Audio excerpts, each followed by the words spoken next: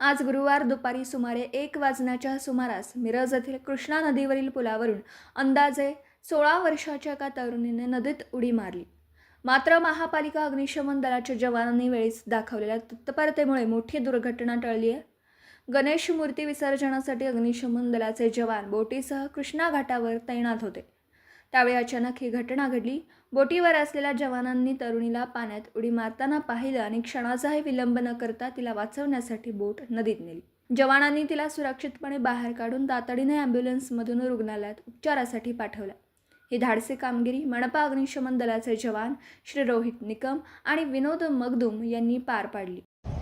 माननीय आयुक्त साहेब यांच्या आदेशाने तसेच अग्निशमन अधिकारी यांच्या आदेशाने कृष्णाघाट मिरज येथे 1.5 दिवसाच्या गणपती विसर्जन कामी यांत्रिक बोटीसह सज्ज असता नदीपात्रामध्ये एका मुलीने उडी मारून आत्महत्या करण्याचा प्रयत्न केला असता यांत्रिक बोटीच्या साहाय्याने त्या मुलीला सुखरूप बाहेर काढले।